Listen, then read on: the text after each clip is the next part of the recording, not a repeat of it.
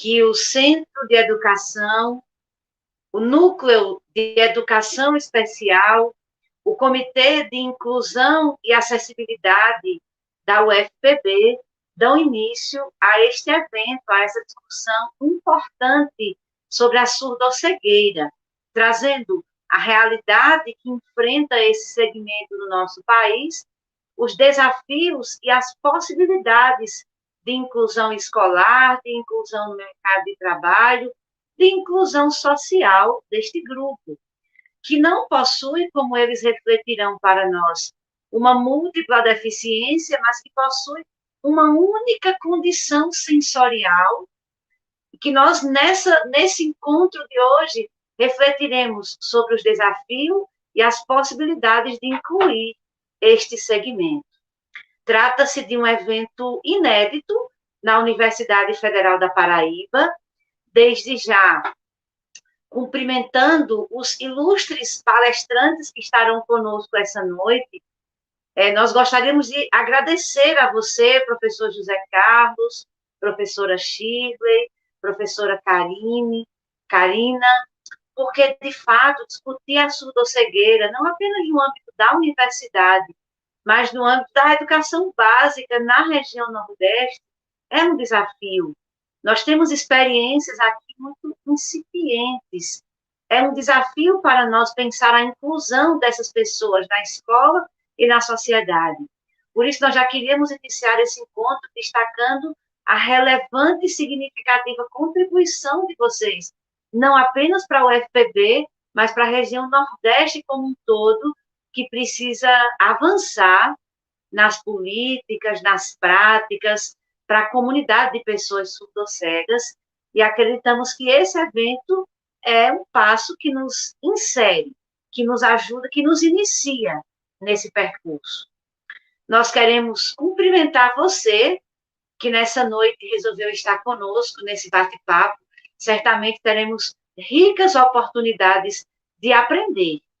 Queremos lembrar também e agradecer as contribuições da assessoria de comunicação do Centro de Educação, nas pessoas de Luísa, que está aqui conosco, nas pessoas na pessoa também da professora Daniele, sempre solícita às reivindicações do Núcleo de Educação Especial.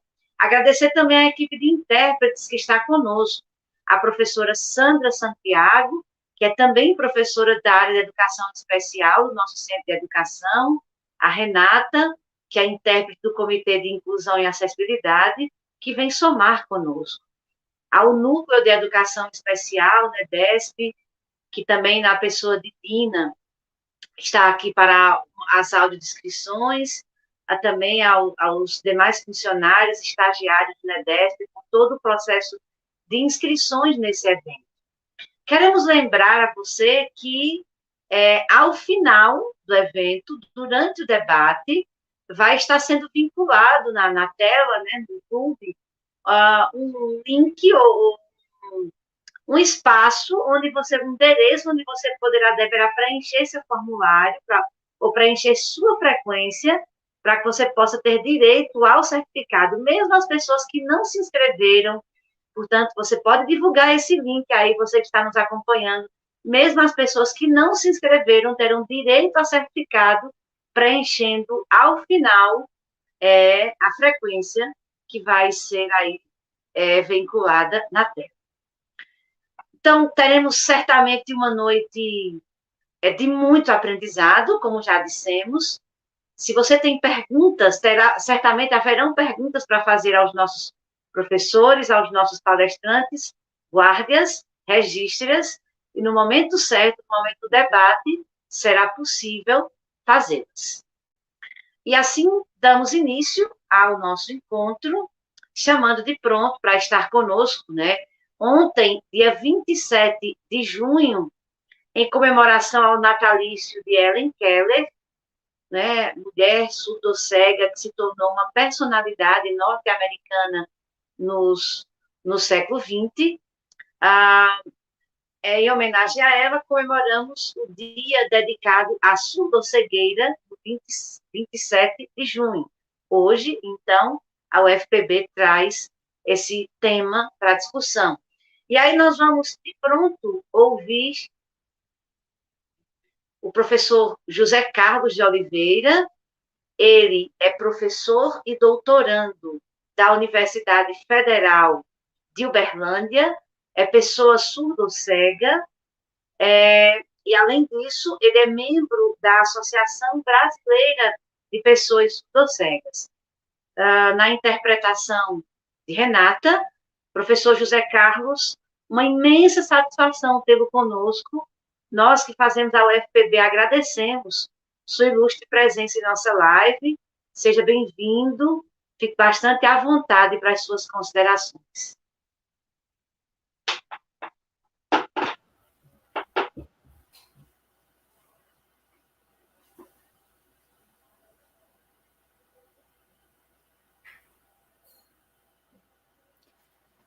Primeiro, eu queria desejar boa noite a todos os presentes. Quero agradecer também o convite para participar dessa live hoje aqui com vocês, para falar um pouco da minha experiência, compartilhar com vocês, para compartilhar a minha experiência sobre a minha vivência, toda a minha trajetória, e também como é que eu percebi todas essas questões. O tema que eu vou falar, o tema geral, é pessoa surdo-cega,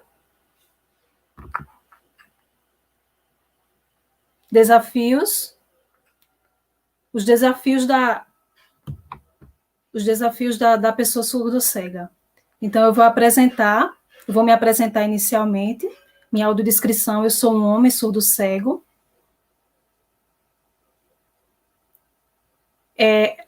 Uma intérprete a pessoa que está interpretando é a Renata, ela é a tradutora, intérprete, é uma voz de mulher, né, mas eu sou um homem, né, é importante a gente colocar isso aqui. Então, é muito importante a presença do intérprete, né, porque sem a presença do intérprete não teríamos essa inclusão. Então, eu sou um homem, eu tenho pele branca, cabelo castanho, olhos castanhos, uso óculos, estou com a camisa polo, de cor vinho, atrás o fundo é preto, a parede, estou aqui com meu amigo, também surdo-cego, nós estamos compartilhando aqui esse momento, ele está me apoiando, né, com as questões tecnológicas também, então ele está aqui comigo para me dar esse apoio. E o nome dele é Diogo Farnese, o sinal dele é este aqui. Então, o meu sinal é esse, é o C na lateral. Diogo, aparece aqui para se apresentar. Boa noite a todos. Prazer, meu nome é Diogo. Como o Carlos falou, o meu sinal é este aqui. Eu sou surdo-cego. É de Uberlândia. E me formei no curso de Letras Libras. É um prazer estar aqui com vocês e estar aqui assistindo essa palestra. Muito obrigada, Diogo.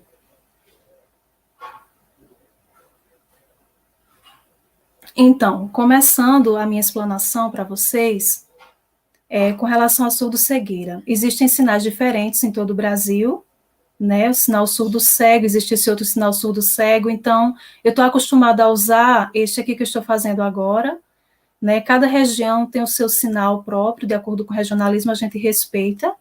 É importante conhecer os sinais das diferentes regiões, né? Para que ocorra essa comunicação efetiva.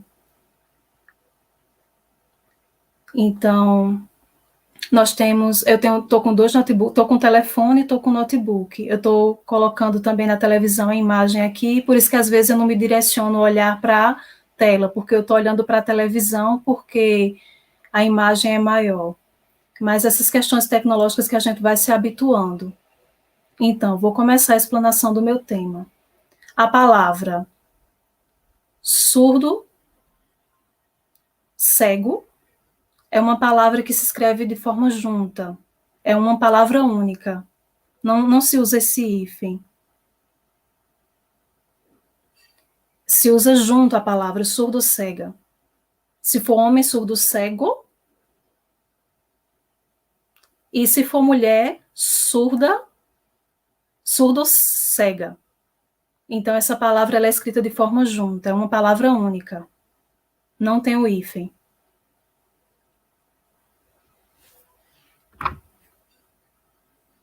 Então, com relação à surdo-cegueira, é uma deficiência única.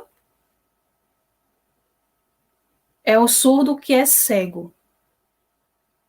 Então, é uma deficiência única, porque é uma característica própria dessa pessoa, né? Como é que se mostra isso?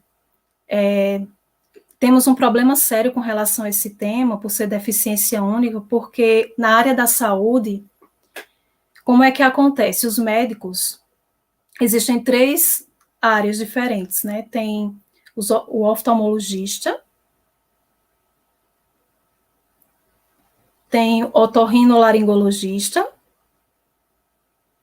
e também tem as questões genéticas.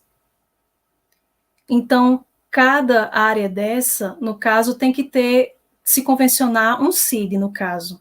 Mas aí cada área dá um CID diferente. Tem o CID para cada tipo de especialidade.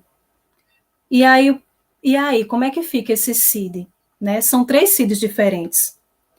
É importante haver essa unificação, né, da área da saúde, para que essas 3 áreas da medicina se comuniquem, que seja encontrado um CID para... Então, é muito importante isso. Porque a pessoa, são tipos, é uma característica só. A gente sabe que são vários tipos de deficiência, mas uma característica só. Então, a área médica não tem um CID único. São áreas diferentes da medicina e vários CIDs.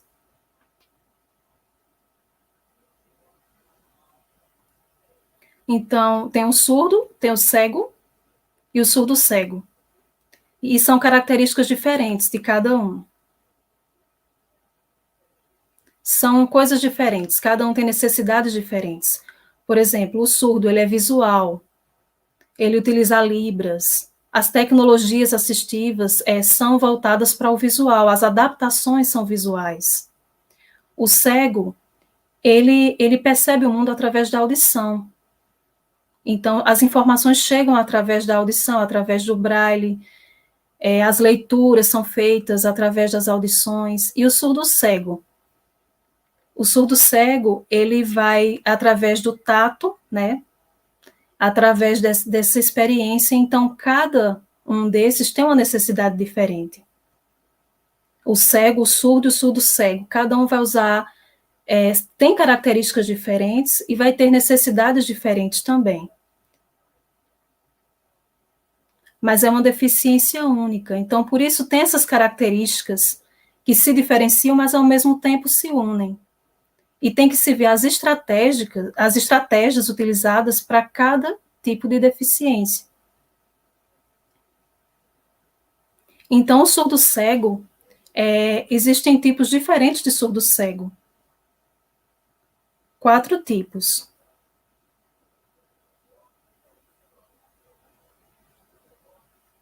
Tem baixa acuidade visual,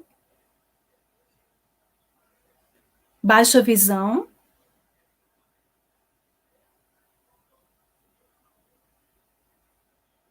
o surdo profundo, surdo severo, baixa visão,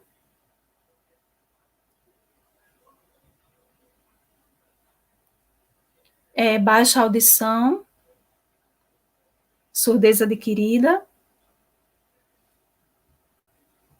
Então, são 4 tipos. São tipos diferentes. E cada um tem sua característica, tem sua identidade.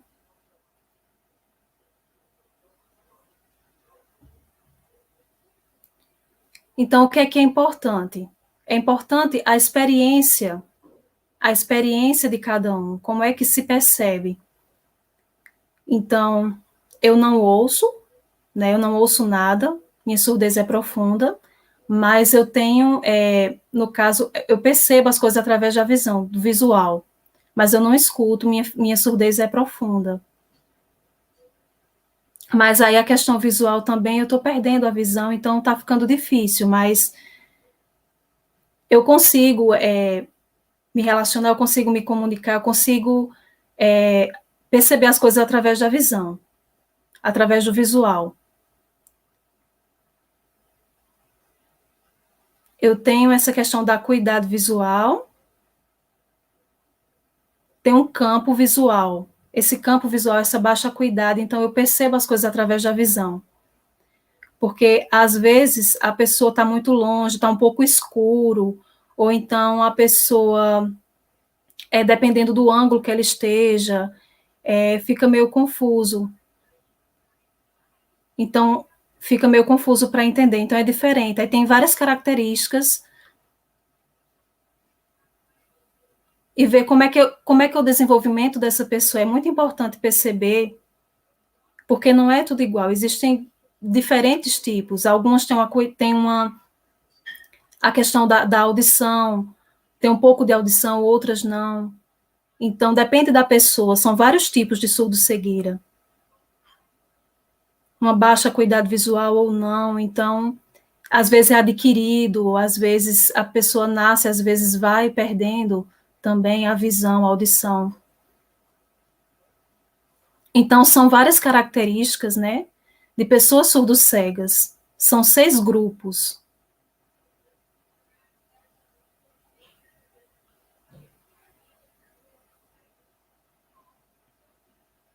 Tem pessoas que já nasceram cegas e depois elas foram perdendo a audição.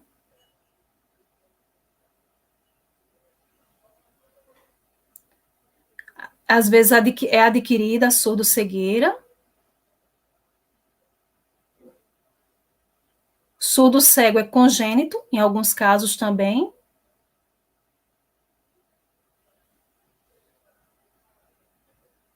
Ou surdo-cego também é adquirido, no caso, ao longo da vida vai acontecendo a perda.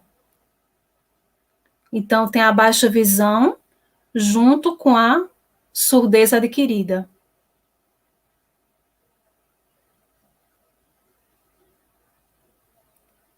E a baixa visão e também já nasce surdo, em outros casos.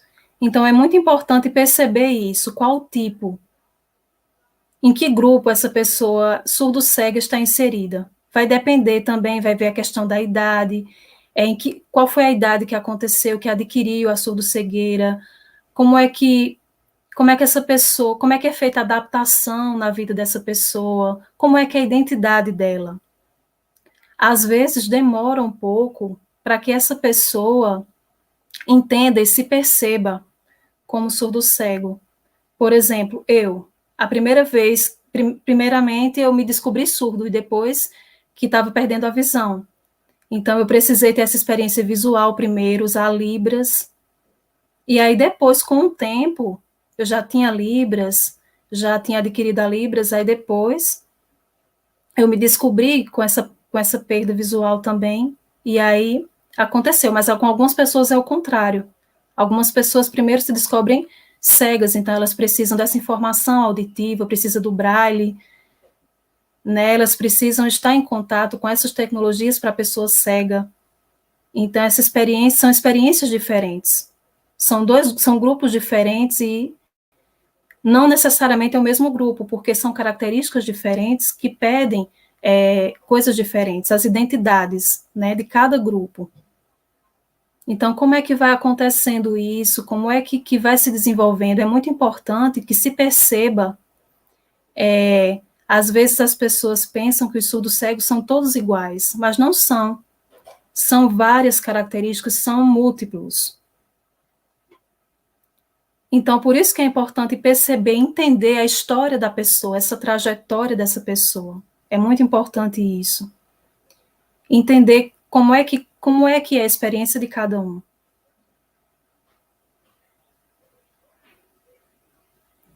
Qual o tipo de surdo-cegueira e também a que grupo essa pessoa pertence, como é que se deu o desenvolvimento da sua identidade, como é que aconteceu, essa questão da comunicação, como é que essa pessoa se comunica, como é que ela se relaciona com a sociedade, porque às vezes vai depender também da relação com a família, com a sociedade. Tem que ver também, aí você tem que ver qual é essa estratégia que melhor se adequa a essa pessoa, para ajudar essa pessoa, para ela, de uma forma que seja mais confortável, mais segura para ela. Tem que mostrar os vários caminhos que são possíveis. Então, de acordo com a trajetória dessa pessoa, tem que ver como é que é para ela.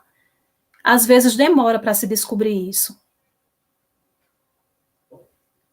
Algumas pessoas, primeiramente, se descobrem surdas, depois cegas, outras primeiro cegas, depois surdas, então tem que ver para se descobrir essa identidade. No meu caso, primeiro eu me descobri surda, então minha identidade é surda. Depois foi que eu percebi que eu estava mudando essa questão, então minha identidade foi mudando, estava em transição, no caso. E foi muito difícil, porque dentro da comunidade, dentro da sociedade, tem que ver essa troca, né? Mas, no caso, a sociedade ela tem que estar aberta a essas interações e tem que entender que muitas vezes a pessoa passa por período de transição. É um surdo que se descobre surdo cego depois, então ela está na identidade transitória, está passando por esse período de transição, e é importante haver isso, essa interação. Porque tem a área da surdez e também os cegos, né? A baixa visão, então é importante perceber isso. E é importante nós prepararmos também essa questão da adaptação. Como é que essa pessoa ela vai conviver na sociedade para que ela possa ter autonomia também. Através da adaptação, ela possa também ter essa autonomia. Então, o que é que acontece? O que é que acontece com o surdo cego, né? Como eu falei, muitas vezes tem a questão genética também. Às vezes vem uma questão de família, hereditária, e hoje essa pessoa é surdo-cega e não sabe o que foi que aconteceu, mas muitas vezes é algo familiar, da própria genética, né? As gerações, e acontece. Também pode ser alguma questão da gravidez, né, da mãe, então às vezes acontece, a mulher ela fica grávida e aí acontece alguma coisa, alguma patologia, e aí de repente surge. Pode ser rubéola, por exemplo. Então, alguma coisa durante a gravidez, então, às vezes acontece. Hoje, durante os meses da gravidez, os pré-natais, às vezes tem como evitar, mas antigamente, que não existia isso, ficava mais difícil. Então, a mãe não ia ao médico, não fazia os pré-natais como se faz hoje, então, muitas vezes não tinha esse conhecimento que poderia ser. Agora, não. Antigamente tinha essas questões, né? Então, muitas vezes acontecia da mulher ficar grávida e depois o filho nascer, e aí acontecer, ser surdo cego ou ter algum outro tipo de deficiência. E também a síndrome de Usher, muitas vezes as famílias, antigamente, elas não sabiam como é que acontecia. A retinose pigmentar também é um problema que às vezes acontece devido a uma patologia, alguma coisa, bater um acidente de carro, alguma situação. Então, acontece também em idades mais avançadas, que a pessoa vai perdendo também a visão.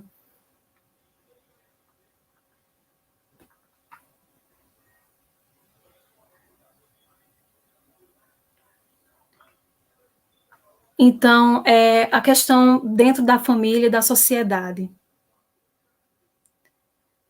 Primeiro, o que é mais importante? O principal é essa pessoa surdo-cega, ela No caso, ela precisa se desenvolver, ela precisa ter essa identidade própria.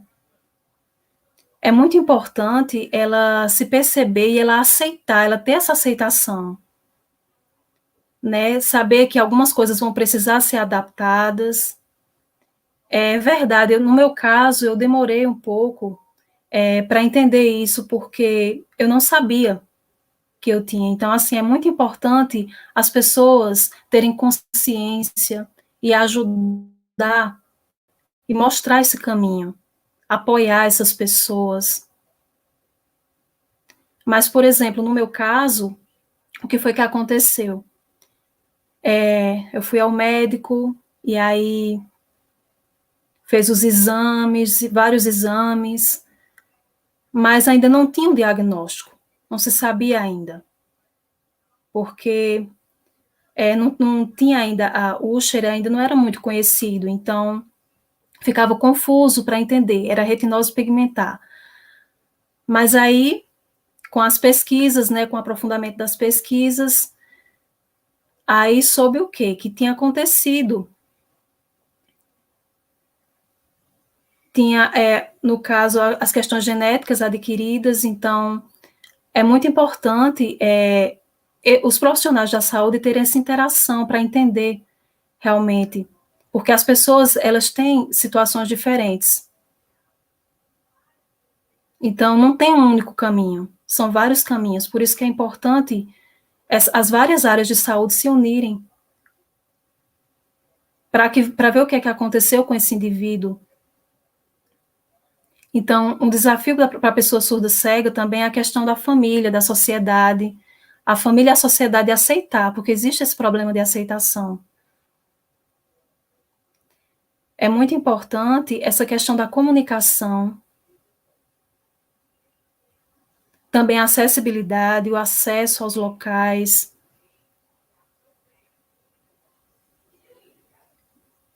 também o tipo de surdo-cegueira, a que grupo essa pessoa pertence, quais são as influências que ela sofre. Então, é muito importante saber qual é o caminho que essa pessoa vai percorrer, essa comunicação que ela vai ter com a sociedade, de que forma ela vai se sentir mais segura, de que forma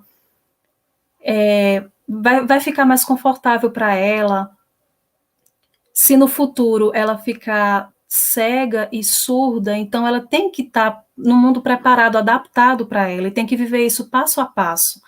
Essa adaptação tem que acontecer de forma cotidiana, em casa, através das adaptações na casa, também nos lugares em que vai se percorrer, em cada lugar, tem que estar sempre pensando nessa questão dessa adaptação, como é que essa sociedade vai se adaptar, e esses diversos lugares. Então, tem que estar preparado para que, passo a passo, essa pessoa vá se sentindo com essa autonomia. A pessoa surda cega, ela possa ter autonomia. Professor José Carlos, que bacanas, né, que enriquecedoras suas considerações aqui entre nós. Temos ainda certamente muito a debater e está sendo muito enriquecedor ouvir sua história, ouvir, né, a sua experiência. Nós temos duas professoras, o público tem manifesto muitas perguntas já, então nós queremos também aproveitar um pouquinho as perguntas do público. Queríamos pensar assim 3 minutinhos para suas considerações, não considerações finais, mas para suas considerações em relação à sua primeira fala, para que possamos passar também para as professoras e que possamos voltar a ouvi-lo com as perguntas do público que já nos chega a partir da sua história, a partir da sua experiência enquanto pessoa com surdo-cegueira. Mas queríamos que em 3 minutinhos o senhor pudesse concluir sua primeira parte de fala, por gentileza.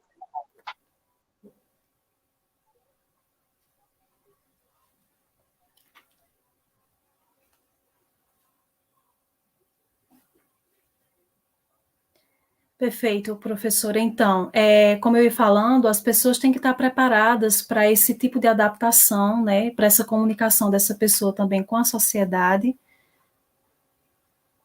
E também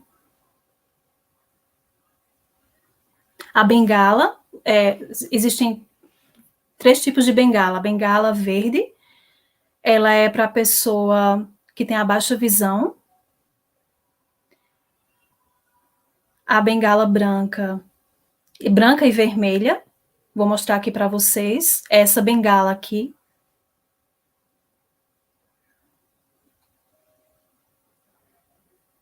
Então, é o que? Da pessoa surda-cega. A cor, ela mostra, justamente porque às vezes as pessoas surdas cegas, elas estão andando sozinha, por exemplo. Aí alguém chega, começa a falar, e aí a pessoa não vai escutar. Então, a cor da bengala já mostra que a pessoa é surda cega, já é uma forma de identificar.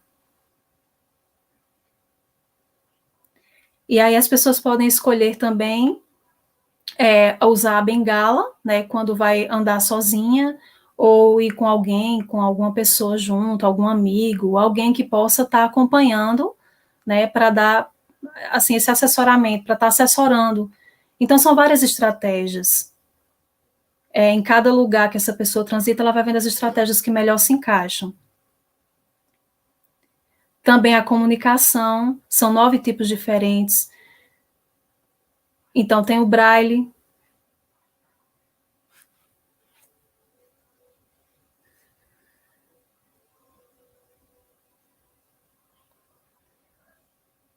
Também tem a Libra Estátil, o Tadoma também. A língua de sinais de forma assim próxima à pessoa, de frente. Também a auditiva, através da pessoa falando e você conseguindo ouvir. A Libra Estátil, através do tato. Então, é muito importante conhecer essas diferenças, esses tipos de comunicação diferentes, e saber o que é que cada pessoa que cada pessoa se adequa. A sociedade precisa entender, muitas vezes precisa dessa letra ampliada também. E o que é importante? É importante para nós, pessoas surdas cegas, também, que a nossa família também organize e veja essa questão de um grupo de apoio, porque no caso, eu sozinho, né? Então, eu preciso viver em sociedade, eu preciso de um intérprete, então, muitas vezes eu não tenho. Então, como é que eu vou me locomover, como é que eu vou resolver minhas coisas? Hoje, por exemplo, eu estou com um amigo aqui que está me apoiando, então é muito importante ter uma rede de apoio para essa pessoa, para que ela possa desenvolver essa autonomia na sociedade. Então é isso, tentei resumir aqui, gente, muito obrigada, era isso que eu queria passar hoje para vocês.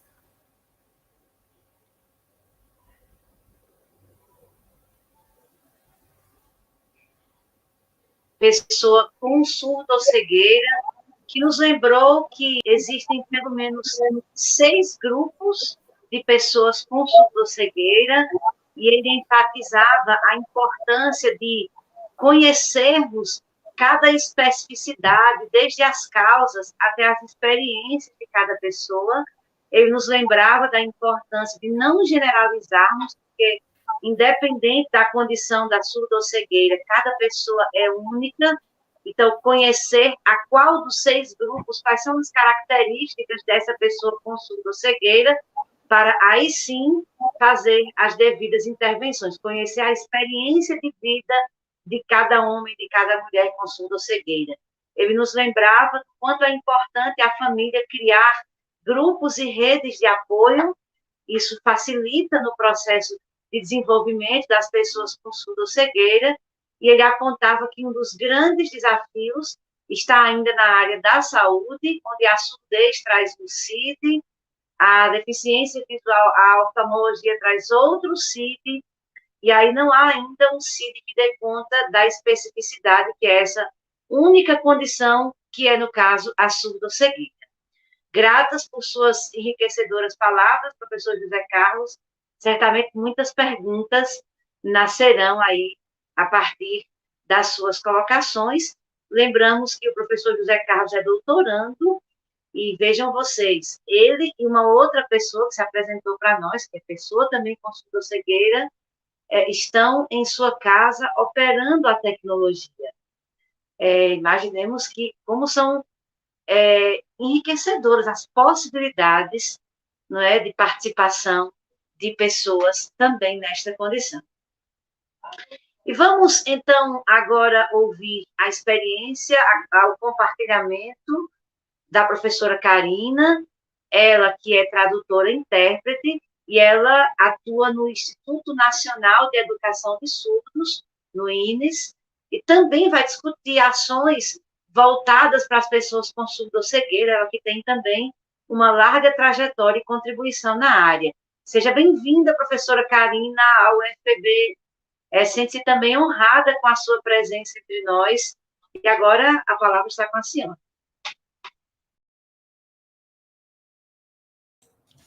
Muito obrigada, professora. Agradeço todos os presentes que estão assistindo a live. Agradeço a colega tradutora intérprete, que está fazendo a minha tradução para Libras.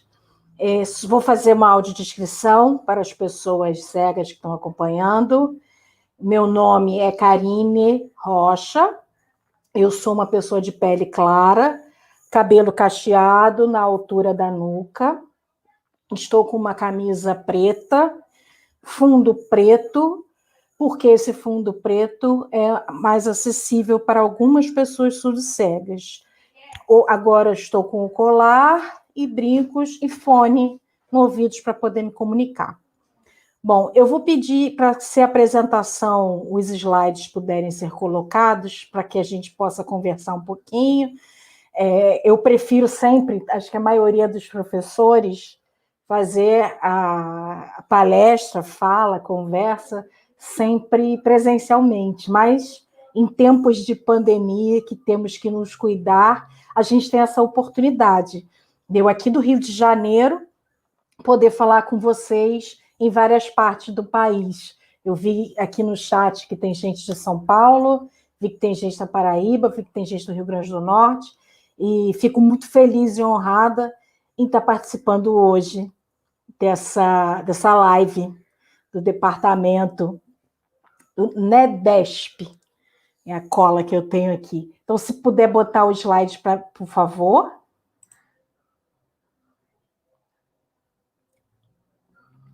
Só para ajudar nas explicações, e aí eu já combinei com o pessoal aqui também, que quando tiver algum slide com imagem, eu faço a visodescrição ou a audiodescrição, porque na surdo-cegueira a gente tem a visodescrição também. A gente precisa observar cada ponto para passar para as pessoas surdo-cegas todas as formas. Já começando a falar um pouquinho, eu vou falar sobre a guia interpretação. Então, pode colocar os slides. Se quiser, pode botar. Só para eu não me perder e não passar do tempo programado, por favor.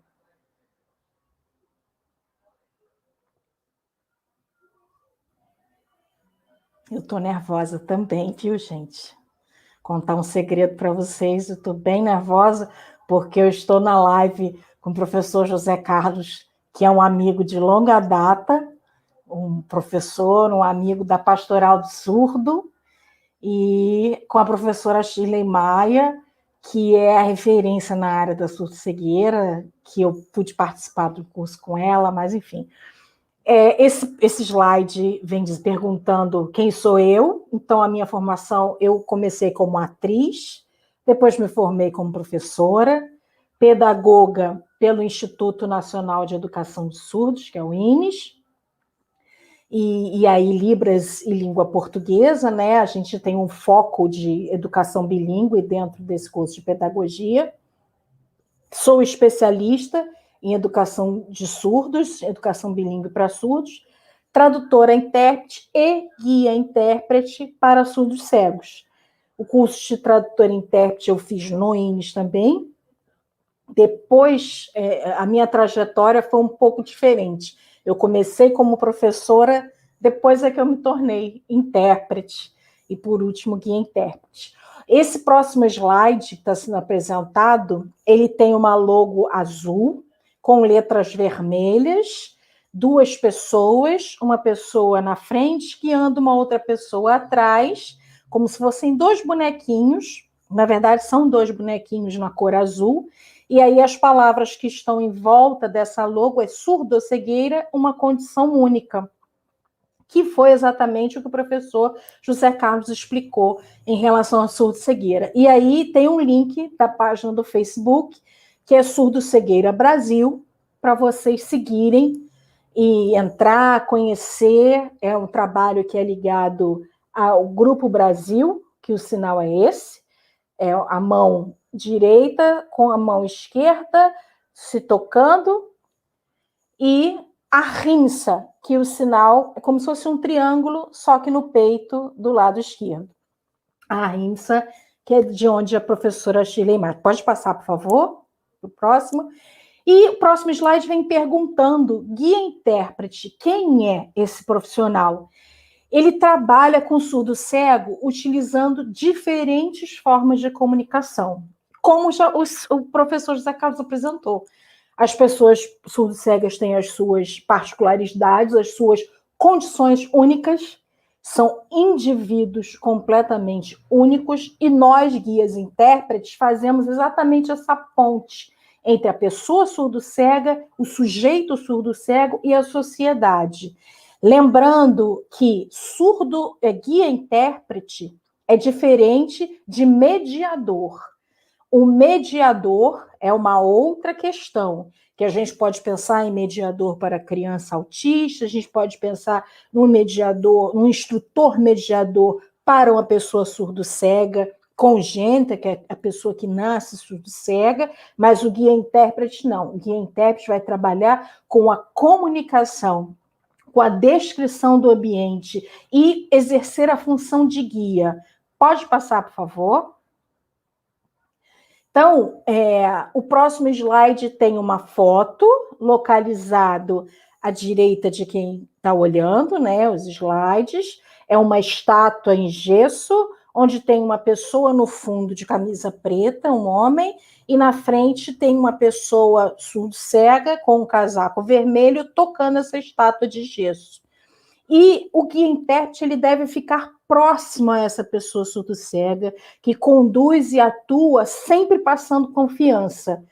O guia-intérprete, os olhos e os ouvidos da pessoa surdo-cega. E, principalmente, confiança é a palavra-chave, porque eles vão passar muito tempo juntos.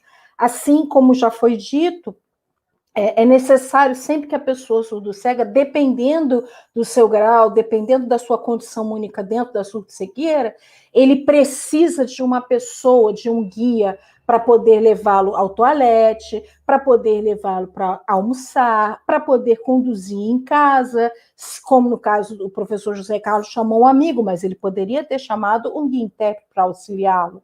Então, a gente tem que estar sempre pensando como essa pessoa surdo-cega vai nos chegar e como nós, guias e intérpretes, devemos nos comportar ou atuar. Pode passar, por favor? E aí vem dizendo nesse slide como é que a gente deve se aproximar. Primeiro, a gente tem que pensar em qual condição a gente vai encontrar uma pessoa surdo-cega. Então, tem uma pessoa andando de bengala branca e vermelha na rua e eu vou abordar aquela pessoa? Então, a pessoa andando na rua ou no mercado com uma bengala branca e vermelha, então ele é surdo-cego, eu posso abordá-lo. Não. A gente tem que ver quais são as questões específicas, o momento correto, observar qual é a distância, observar como é que aquela pessoa surdo-cega age. O guia-intérprete, em sua maioria, atua em sala de aula, em congressos, em eventos. Ele atua, como em São Paulo, tem, por exemplo, uma central de tradutor e intérprete, e tem os guias intérpretes. Então, se uma pessoa surdo-cega necessita, alguém da família ou a própria pessoa, dependendo da sua condição única, entra em contato com essa central, pede o apoio de um surdo-cego. Então, a gente tem sempre que observar, colocar-se ao lado, tocando suavemente o braço. Então, você pode tocar no ombro, você pode tocar no antebraço, pode tocar abaixo do cotovelo. sempre para mostrar para a pessoa surdo-cega que você está próximo. Sempre, e quando a pessoa estiver ocupada, conversando, comendo, fazendo qualquer coisa, você tem que aguardar, porque tem o tempo daquela pessoa. A pessoa precisa de um tempo, por quê? Porque ela não enxerga e não vê.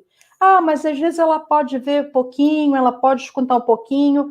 Você, quanto guia intérprete, vai ter que ter essa observação. Tem que ter esse olhar sensível para aquela pessoa. E, geralmente, as pessoas com surdo-cegueira, elas vão dar sempre uma via de mão dupla de comunicação. Então, a gente tem que prestar atenção qual é a comunicação que ela utiliza para a gente poder dar a resposta, seja ela através da Libra Estátil, seja através de placas, tem uma plaqueta que tem o alfabeto, seja através da escrita na palma da mão, enfim. O guia intérprete tem que estar preparado para receber aquela pessoa. Pode passar, por favor? Eu trouxe esses slides, essas coisas, eu disponibilizei para a equipe do evento, eles vão ficar disponíveis, vocês podem depois ficar com os slides, porque são pontos interessantes, e no final tenho, eu acho, no início dos slides tem o meu e-mail, tem o meu contato, mas eu trouxe de uma forma geral, apenas para vocês poderem perceber como é que funciona e como que as especificidades da profissão de guia intérprete. Então, determinar e colocar em funcionamento condições adequadas para que se tenha essa troca comunicativa. Sempre que você se aproximar, cumprimentar, se aproximar, mostrando qual é o seu nome, qual é o seu sinal. E, geralmente, o guia intérprete, ele já conhece a pessoa surdo-cega, ou se é num congresso, quando você chega, a gente vive numa comunidade mesmo, né, e muitas vezes, uma comunidade surdo-cega, então algumas pessoas já nos conhecem, a pessoa surdo-cega geralmente está com um acompanhante, lembrando que em congressos, seminários, sempre os guias intérpretes que são contratados para aquele evento são responsáveis dentro do evento pelas pessoas surdo-cegas. Eu já tive a infelicidade de estar acompanhando uma amiga surdo-cega e o evento achar que eu deveria fazer coisas que os guias intérpretes do evento deveriam fazer, porque eu era acompanhante. Então, é deixar muito bem claro o que é a função de acompanhante, a função de mediador e a função de guia. Voltando para o slide, no caso de ser uma pessoa surdo-cega que você não conhece, percebe aquela comunicação e você vai testando as diferentes formas. Existe braille também na palma da mão. Eu comecei a fazer um curso de braille, preciso retomar. Aqui no Brasil, muito difícil, eu ainda não me comuniquei com nenhum surdo-cego que utilizasse braille na ponta dos dedos, que é como se fosse a máquina de braille. Eu não vi ainda, mas sei que fora do país existe esse tipo de comunicação. E é uma forma, de repente, a pessoa perdeu a audição, e aí ela era cega, só que a gente ainda tem o recurso da fala. Geralmente, a maioria das pessoas que a gente conhece, as pessoas falam. Importante é ter atenção para observar e perceber as respostas do usuário surdo-cego. Sempre para a gente promover aquela comunicação. Sempre passar, como eu falei anteriormente, a segurança para a pessoa surdo-cega, para que ela consiga conversar com você e também te passar segurança. Pode passar o slide, por favor? Aí a eleição do sistema de comunicação deve ser com a pessoa surdo-cega. Não se deve iniciar a interpretação até que esteja seguro que se tenha escolhido o sistema de comunicação correta. Então, eu já passei por situações de estar com uma pessoa surdo-cega em um congresso no Espírito Santo e aquela pessoa é usuária de Tadoma e Libra Estátil. Ela usa esses dois sistemas de comunicação e fala ampliada. Tadoma, Libra Estátil e fala ampliada. Eu posso utilizar dos canais auditivos que ela utilizava. Então, eu perguntei para essa palestra qual é o tipo de comunicação que você quer, né? Porque eu vi que ela estava utilizando vários tipos. Não, agora eu quero Libras tátil, agora eu quero Tadoma. Então, sempre respeitar a comunicação que aquela pessoa se sente mais confortável, porque existem pessoas surdo-cegas que elas, ao longo da vida, foram adquirindo vários tipos de comunicação, outros não. Outras pessoas surdo-cegas têm um tipo básico, a escrita na palma da mão, se ele aprendeu a ler e escrever, que a gente chama de pré-linguístico. Pode passar, por favor? Estou indo rápido, Sandra, tá tudo bem? Tudo bem, então tá. O papel do guia. O papel do guia consiste em proporcionar às pessoas surdo-cegas uma imagem o mais completa possível da situação que está ocorrendo. Então, a gente tem aqui o professor Carlos Jorge, que tem ainda uma baixa visão com surdez, que a gente elenca como surdo-cego, e que ele está conseguindo acompanhar porque ele tem uma outra tela, um pouco maior. Ele falou, eu estou com uma televisão e estou com um notebook. Então, ele está lá na casa dele conseguindo ter esse retorno visual. Eu procurei preparar os slides num tom de contraste preto e branco. Não sei se está ajudando a ele ou não, mas espero que esteja ajudando também outras pessoas surdo-cegas. Talvez a letra esteja um pouco pequena, as letras maiores podem estar acompanhando melhor. Então, quando a gente trabalha com pessoas surdo-cegas, a gente tem que pensar em tudo que está à sua volta, qual é o contexto, para procurar dar igualdade de condições. E uma coisa que o professor Carlos falou foi que aquela pessoa tenha a consciência e tomar as suas decisões. É importantíssimo que a gente possa trabalhar com a pessoa surdo-cega a questão da autonomia. Quando a gente estiver sempre buscando a autonomia, se a gente estiver com um aluno surdo-cego pequeno, e que aí a gente tem que elencar o tipo de comunicação, isso tudo vai ser num processo, que aí vai ser o instrutor mediador. O instrutor mediador vai fazendo esse trabalho. Esse instrutor mediador faz. Depois de um certo tempo, ele vai passar para o guia intérprete. Quando esse aluno surdo-cego passa para o guia intérprete, o guia se faz responsável a ir trabalhando essa autonomia, e aí tem um trabalho também junto com a família, que é importante. Pode passar, por favor? O objetivo principal é introduzir a pessoa surdo-cega no contexto em todos os momentos. Nós somos os olhos e os ouvidos. Eles têm que se sentir dentro do que está acontecendo. Ele tem que estar dentro daquela situação que está ocorrendo.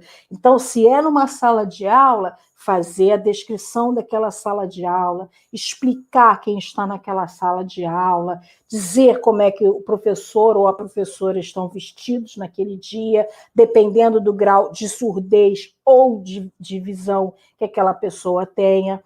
Então, que ela possa perceber, sentir o ambiente, se o ambiente está mais agitado, se o ambiente está mais calmo. E isso a gente tem que passar. Por mais, às vezes, que seja muito dolorido. Eu vivenciei uma situação de uma violência em sala de aula, e as pessoas estavam envolvidas, e eu fui passando tudo aquilo para o surdo-cego, que ficou chocado com aquelas, como assim? Briga, está tendo discussão? Briga, e explicando através da Libras tátil, e chegou um momento que ele quis sair daquele espaço, ele não quis permanecer, porque ele não estava se sentindo bem com aquilo tudo que estava acontecendo. Pode passar, por favor? Agora eu tenho uma foto, é uma foto com uma sala, é uma conferência com um evento de surdo-cegueira que ocorreu na década de 90, Então, existem três intérpretes com camisa preta, calça jeans, uma mais clara, uma mais escura e a outra mais escura ainda. E elas estão fazendo língua de sinais aérea para 3 pessoas surdo-cegas que estão sentadas nas suas frente, à frente dessas intérpretes, encostadas na parede. Atrás das intérpretes tem 4 pessoas, 2 na ponta de uma mesa, fazendo a tradução de língua de sinais através do tato. E atrás, no fundo dessa fotografia, existem algumas pessoas que estão utilizando outros tipos de comunicação. Pode passar, por favor. Essa é uma foto bem mais aproximada, uma pessoa surdo-cega, um homem surdo-cego de óculos, com uma camisa e um casaco por cima, meio careca, recebendo a informação através das mãos de uma guia intérprete que tem o cabelo liso, bem curto, na altura do pescoço, com uma camisa azul, e tem uma pessoa, um homem, observando esse tipo de comunicação. Existem outras pessoas ao fundo da foto, mas o que eu quero destacar mais é a imagem que está na frente. Pode passar. Seleção de informação. Quando se trata de buscar a satisfação e a segurança da pessoa surdo-cega, lembre-se das palavras-chave: segurança, autonomia, identificação. Tinha uma outra palavra que eu esqueci, mas eu vou lembrar. A segurança, é importante que a informação seja útil e o ajude a incluir socialmente. Não se pode sobrecarregar com excesso de informação, que foi o que eu relatei anteriormente. A gente estava numa situação de sala de aula, ocorreu uma situação violenta, uma discussão entre alunos, eu fui passando a informação para a pessoa surdo-cega, ele desejou se retirar do ambiente. Então, o importante é que a gente passe tudo que está ocorrendo, sempre perguntando e conversando, mostrando sempre o contexto. Então, você está num supermercado, você está numa conferência, numa sala de aula, qualquer lugar, está fazendo a interpretação, perceba como está aquela pessoa, como ela está recebendo aquela informação, dá uma pausa, pergunta, está tudo bem? Quer que continue? Quer uma água? Quer ir ao banheiro? Porque tudo é você que tem, a não ser que a pessoa tenha, de fato, uma autonomia muito grande, e aí antes você já vai combinar com ela.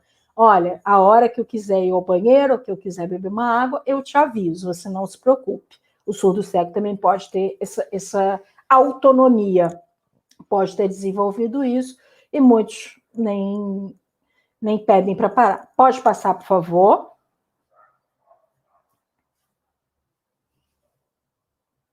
Pode passar o slide.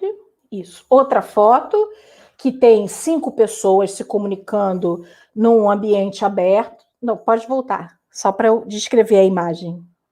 5 pessoas se comunicando num ambiente aberto, uma mulher e um homem mais à frente se comunicando através da língua de sinais tátil, um senhor e uma senhora se comunicando através da língua de sinais aérea, e outra dupla no fundo da foto se comunicando também através de língua de sinais tátil. Pode passar, por favor? Essa é uma foto que tem diversas pessoas, muitas pessoas sentadas. É uma conferência também que ocorreu na década de 90. Todas as fotos são da mesma conferência, as mesmas pessoas, mas basicamente aparecendo nas fotos. E é uma conferência de surdo-cegueira, onde as pessoas utilizavam diversos tipos de comunicação. Eu já passei essa vivência em São Paulo, na USP, até com a professora Shirley estava presente, não lembro o nome do evento agora, mas várias, a gente estava na sala e vários tipos de comunicação com pessoas surdo-cegas aconteciam ao mesmo tempo. libras na palma da mão, libras aérea, com o surdo cego um pouco afastado, fala ampliada, para outro tadoma, para outra escrita na palma da mão, para outra escrita no antebraço. Então, tinham várias pessoas surdo-cegas participando de um mesmo momento. Pode passar, por favor, o slide. E aí eu vou passar isso. É característica individual necessária para o guia-intérprete, é a capacidade de observação. Você tem que ter um olhar muito apurado para tudo que ocorre à sua volta, ser flexível, ser versátil para se adaptar em diferentes situações e contextos, um autocontrole muito grande, e aí eu entro um pouco também, uma boa terapia, uma boa conversa com um psicólogo uma vez na semana para você entender quem é você e quem é o outro, criatividade, capacidade de improvisar pelo que pode acontecer inesperado, e tolerância ao tato, porque muitas pessoas surdo-cegas podem utilizar a palma da mão ou outras partes do corpo para comunicação social áptica, por exemplo, e aí você tem que estar aberto a receber também aquela informação, sempre respeitando as partes sexuais, digamos assim, do seu corpo, o seu e da pessoa surdo-cega, sempre com um respeito entre um e outro. Pode passar, por favor? E aí eu vou falar bem breve, eu não sei quanto tempo eu tenho, vou ver aqui no chat, depois vocês colocam aqui para mim no chat, sobre o meu trabalho no Instituto Nacional de Educação de Surdos, aqui no Rio de Janeiro, quando entrou um aluno surdo-cego, que ele tinha baixa visão, quando entrou a visão dele era bem melhor do que está hoje eu não trabalho mais com ele, mas tenho notícias. E perda auditiva ele teve quando ele tinha 1 ano e 5 meses de idade pelo uso de uma medicação. Aí passaram-se os anos, a família começou a investigar o que era, descoberta de síndrome de Usher, que é a síndrome de Usher e da retinose pigmentar, aos 17 anos de idade, e foi uma perda parcial da visão, que seria uma visão tubular, que tem uma outra foto que eu vou mostrar. Estudou uma vida inteira numa escola inclusiva, durante toda a vida, ele não tinha um intérprete, e aí até então ele conseguia, porque ele se virava dentro do campo de visão. Isso, o tempo, quanto tempo? Só escreve aqui assim para mim no chat, por favor, que aí eu já vou passando. E participou de programas como voluntário. Já encerrou, gente, já vou terminar. Participou como programas de voluntariados, tanto no INES quanto no IBC, que é o Instituto Benjamin Constant, referência nacional na área da cegueira, que também fica aqui no Rio de Janeiro. Pode passar, por favor? Aí tem 2 fotos, uma foto de uma visão normal e a outra foto de uma visão tubular, que é uma imagem manchada, com um círculo no meio, apenas dando a noção da visão normal. Pode passar. E aí eu falo um pouquinho sobre o contexto dele, mas pode passar, já disse aqui é uma foto que sou eu trabalhando com o aluno surdo-cego, eu sentada, ele na minha frente, nossos cotovelos apoiados numa mesa, e eu trabalhava com ele através da Libras tátil. A sala de aula tinha 5 intérpretes, 3 ficavam com ele, e ele tinha dentro desses 3 um de referência, que no caso era eu. A sala de aula era composta por alunos surdos e ouvintes na Faculdade de Pedagogia do INES, e professores também, professores surdos e ouvintes. Pode passar, por favor. Outra foto, que é ele trabalhando com uma colega na aula de língua portuguesa, ele escreve com uma caneta de ponta porosa e um caderno de pauta dupla, que geralmente são as pessoas com baixa visão ou com cegueira que utilizam. Então, ele enxergava essas anotações que eram feitas num caderno, e uma dica para os guias intérpretes, para quem quer se tornar, e para as colegas intérpretes, os colegas intérpretes, diário de bordo era um caderno que eu tenho para anotar todo dia o que ocorria dentro do processo de tradução e interpretação. Pode passar. O que fica de experiência é que o guia-intérprete tem que respeitar sempre a dimensão afetiva e intelectual, mas às vezes a teoria não consegue bater muito com a prática. Então a gente tem que estar sempre dosando as situações. É o nosso tempo ou o tempo do outro? Pode passar, por favor? O guia-intérprete necessita ter a clareza. Não vai fazer pelo surdo cego, mas dá a possibilidade para que ele tome suas próprias decisões. Pode passar? E eu quero agradecer mais uma vez a toda a equipe que está aqui presente e agradeço muito o convite de estar aqui dividindo com vocês um pouquinho da minha experiência, um pouquinho do meu conhecimento, que às vezes a gente acha que é pouco, e eu ainda acho que é muito pouco, que eu preciso me aprimorar e aprender cada vez mais. Muito obrigada, Sandra. Nós que agradecemos, professora Karine Rocha, que trouxe para nós sobre as experiências e a prática do guia-intérprete, lembrando sempre que o guia-intérprete não é professor, não é mediador, ele trabalha sempre como guia responsável pela comunicação do surdo-cego com o ambiente, com as pessoas à sua volta. Ela lembra sempre da perspicácia que deve ter o guia-intérprete, que ele deve estar sempre pronto para diversas situações que possam ocorrer no seu cotidiano, né? Ela lembra sempre, ela trouxe uma contribuição importante no fim, de que o guia-intérprete não deve fazer pelo surdo-cego, mas dar a ele as condições de assim realizar, e ratificando também o que disse o professor José Carlos, da possibilidade da pessoa com surdo-cegueira tomar suas decisões e fazer suas escolhas. Obrigada, professora Karine, por compartilhar um pouquinho, certamente, da sua larga experiência conosco.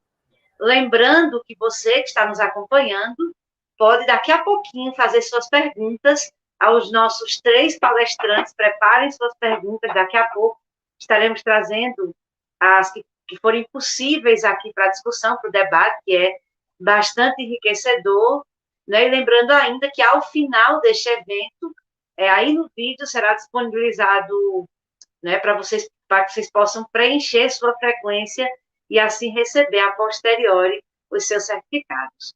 Este é um evento realizado pelo Centro de Educação, pelo Comitê de Inclusão e Acessibilidade e pelo Núcleo de Educação Especial da Universidade Federal da Paraíba. E agora nós ouviremos a professora Shirley Rodrigues Maia, da Associação de Educação para Pessoas com Múltipla Deficiência e do Grupo Brasil de Apoio aos Surdos Cegos. De fato, como a professora Karine lembrou, a professora Shirley é uma referência em surdo-cegueira. Professora, quando eu comecei a participar dos eventos de educação especial inclusiva, aí, há um bocado de anos atrás, eu já lhe ouvia falar de surdo-cegueira. Então, para mim, eu ratifico o que diz a professora Karine, é sem dúvida uma referência em surdo-cegueira. É uma alegria para o UFPB e uma satisfação contar com a sua presença entre nós.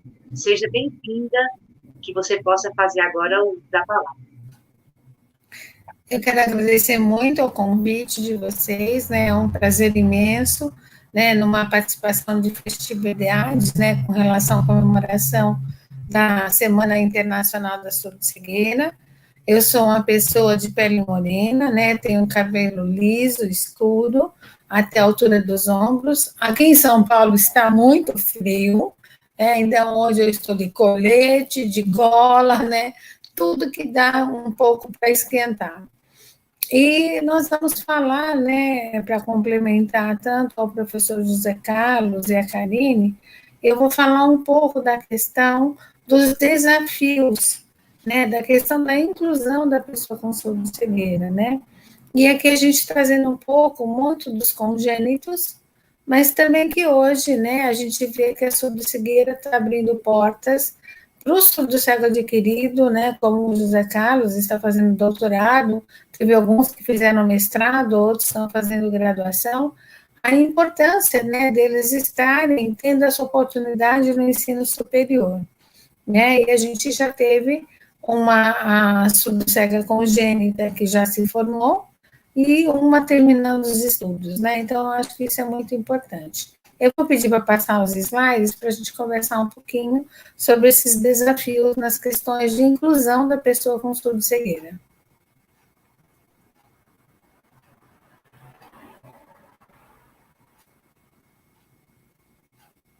A professora Dina, que vai pôr?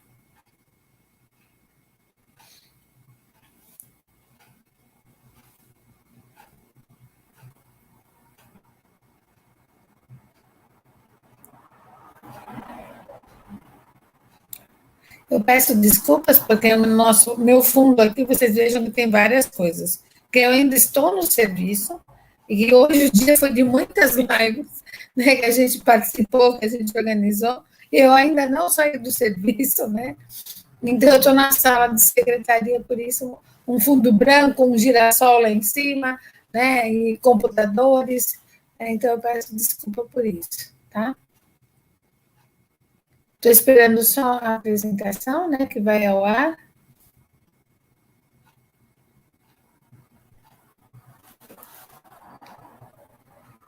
Ainda não está aparecendo.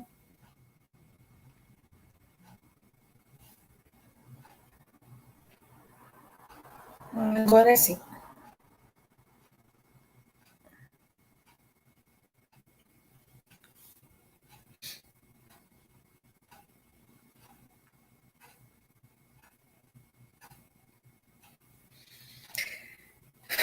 Né, então, o tema apoios à inclusão, desafios e possibilidades, né?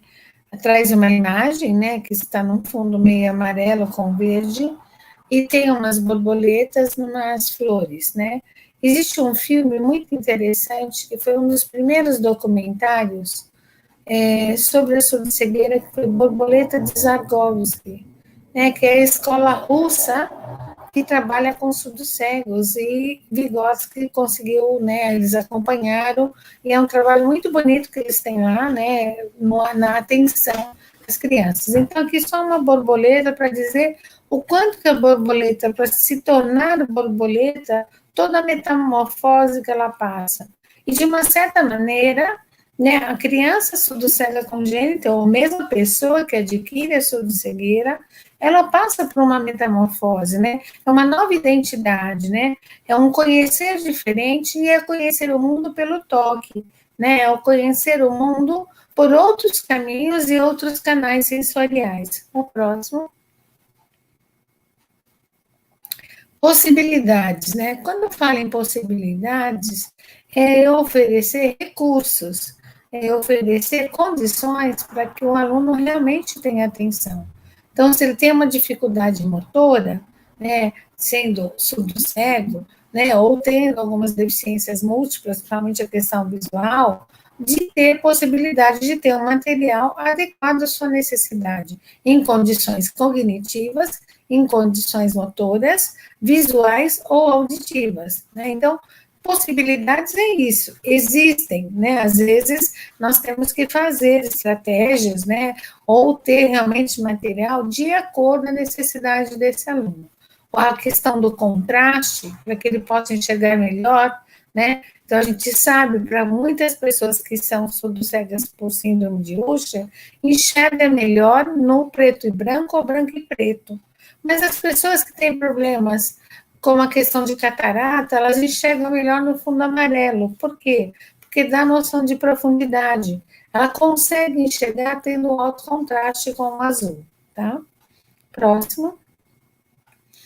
Né? Inclusão. Quando eu falo em inclusão, eu estou falando em pertencimento, quer dizer, você pertencer, você se sentir ali, e não ser colocado de qualquer maneira, sem ter uma atenção, sem ter um serviço, sem ter os apoios, né? Então, se é uma criança que eu estou dizendo que eu estou incluindo, né, inserindo num programa, eu tenho que saber quais são as reais necessidades para ter esse serviço. Seja o instrutor mediador, seja o guia intérprete, ou, em alguns casos, se são usuários de cadeira de rodas, apoio para as questões de vida diária, né? Seja um agente escolar ou um cuidador que vai apoiar nesse sentido. Então, inclusão é pertencer, né? É você estar atento e dar a ele condições de pertencer a esse espaço.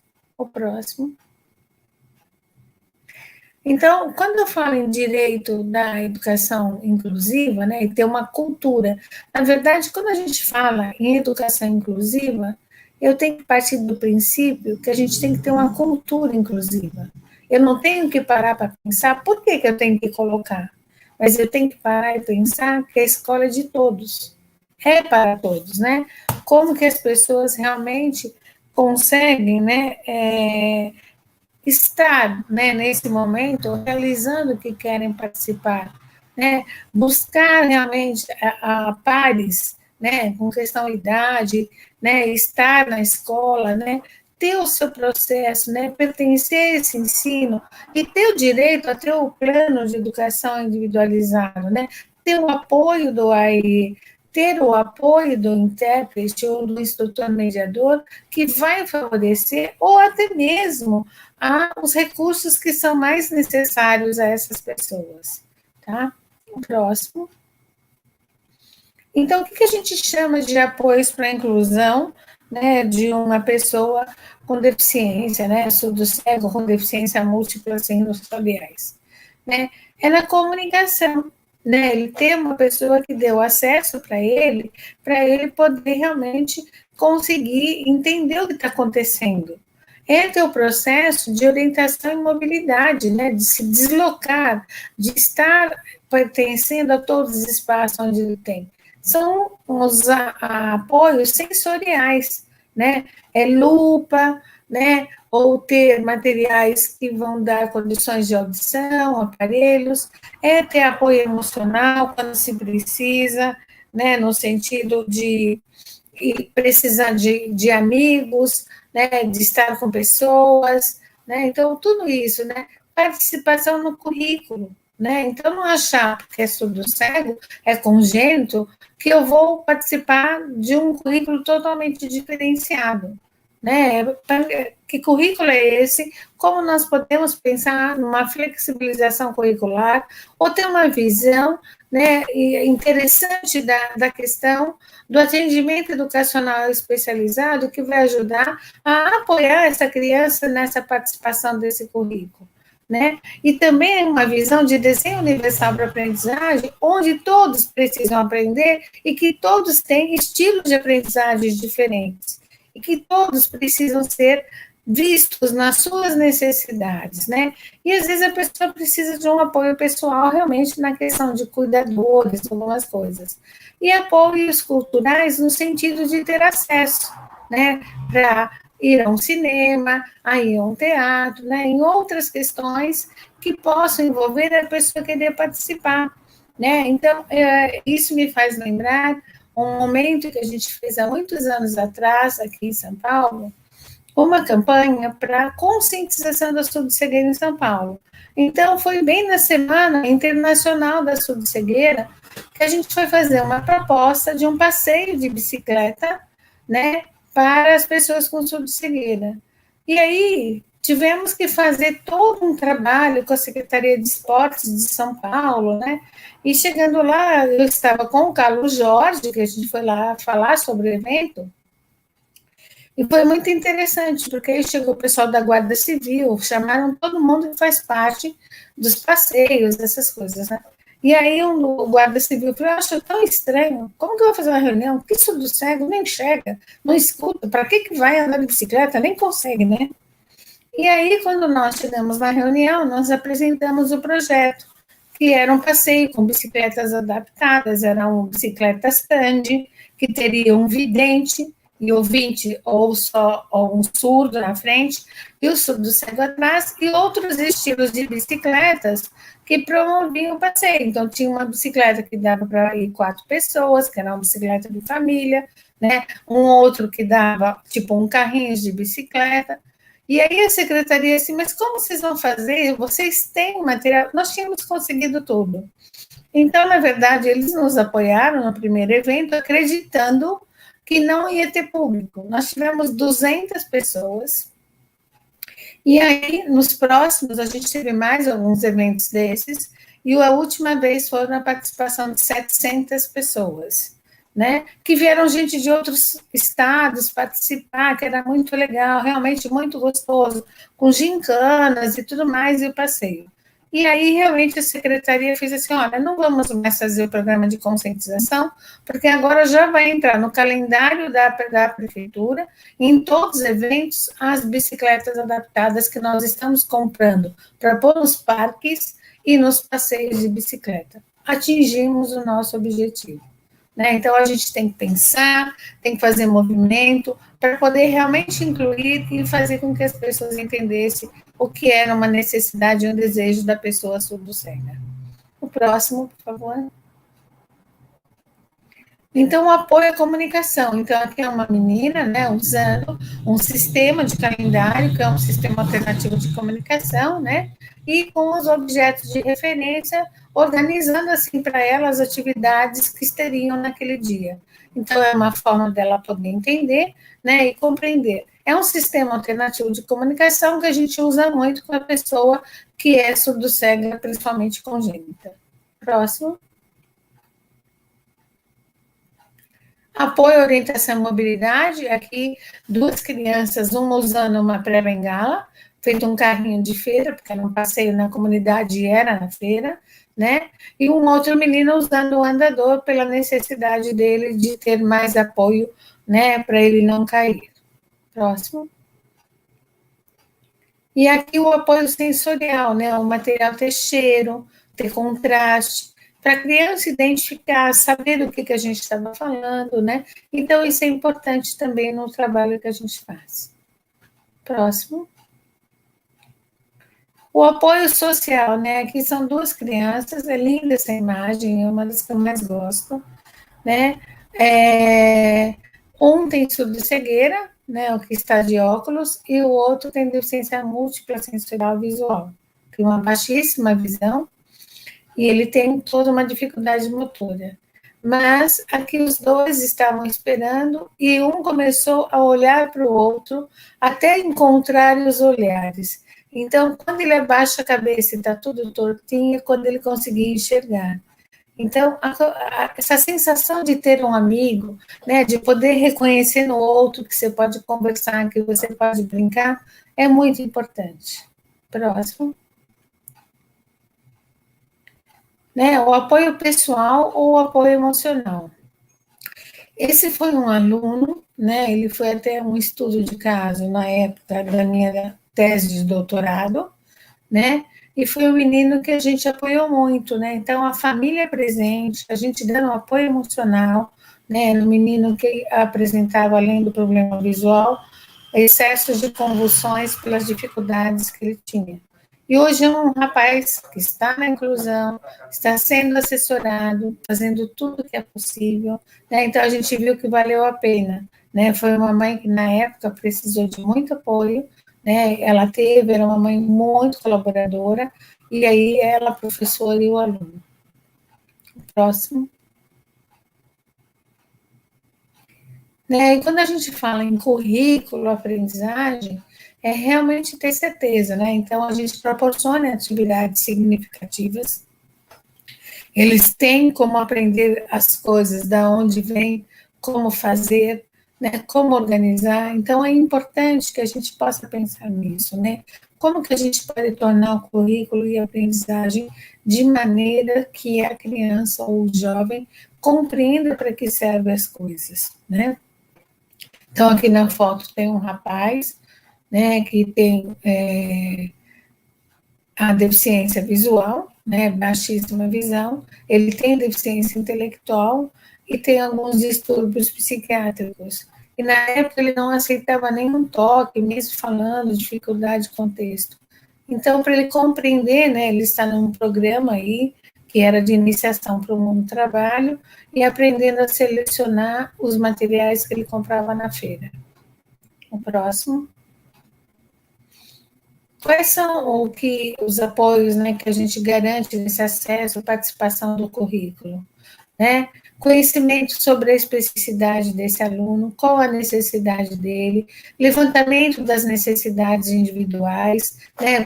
O que ele precisa ter, providenciar os apoios, né, que esse aluno necessite, que a gente também providencie o apoio cultural, nele fazendo pertencer a isso, né? Existem, em alguns países, grupos teatrais de pessoas surdo-cegas. Existe um grupo maravilhoso de Israel, né, se apresentando, e agora tem um grupo também de jovens que é da Inglaterra. Né? Então, é importante a gente ver, eles conseguem dar conta, né? Conseguem estar participando. Então, é de acreditar na possibilidade do ser humano. Próximo. Os desafios, né? Os desafios é a gente conseguir enxergar possibilidades. Esse é o nosso maior desafio. Porque se eu olhar para esses alunos e dizer, não, não vai conseguir, não, não vai fazer, não, não consigo, ele não vai conseguir. Mas se eu olhar a ele e disser, eu sei que ele é capaz, eu sei que ele vai aprender, não importa o tempo, mas eu vou acreditar nas possibilidades. Então, esse é um aluno que foi incluído e adorava estar com os amigos e fazendo contraturno conosco, ou a ele a gente dava orientação para a escola. Próximo. Eu quero agradecer, a minha contribuição é essa, espero realmente responder as perguntas que possam aparecer, né, e muito obrigada, professora.